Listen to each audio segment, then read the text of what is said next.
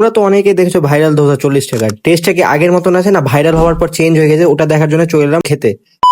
তোমরা তো অনেকেই শোনো যে ভাইরাল ধোসা কথা 40 টাকার। আমি আর আমার ভাই মিলে দুজন মিলে চলে এলাম ভাইরাল ধোসাটা খেতে। দেখবো যে আজকে টেস্টটা কি ওরকমই আছে না চেঞ্জ হয়ে গেছে ভাইরাল হওয়ার পর। আমরা অনেকদিন পরেই যাচ্ছি, তো আর এখানে চলে আসলাম কানিমোড়ে এসে দেখছি দোকানটার কাছে চলে এসে দেখছি ভিড় প্রচুর। তো আমরা এখানে অনেকক্ষণ অপেক্ষা করার পর অর্ডার দিলাম। আমরা অর্ডার দিয়েছিলাম স্পেশাল মশালা ধোসালা। তোমরা কমেন্টে জানিও তোমরা ধোসাটা কেমন লাগে খেতে। আমি তো খানিমোড়ে প্রথমবার, আর আমার তোমাদেরকে একটা কথা বলবো, ধোসা জীবনে প্রথমবার খাচ্ছি। হ্যাঁ গাইস, আমার একটু হয়তো বাজেও লাগতে পারে আমাকে যখন আমার ভাইটা বললো যে তোকে ধোসা তোর ভালো লাগবে না, তো আমি বললাম ঠিক আছে চল খেয়ে দেখি, যতই রিভিউ দিতে পারি। তুই তো রিভিউ দিতে পারবি। ধোসা চলে আসলো আমাদেরকে, আজকে প্লেট মনে ছিল না, তো এই জন্য দিল এটাতে কাগজের। তো আমি চলো প্রথমবার ট্রাই করে দেখি কেমন লাগে আমাকে খেতে।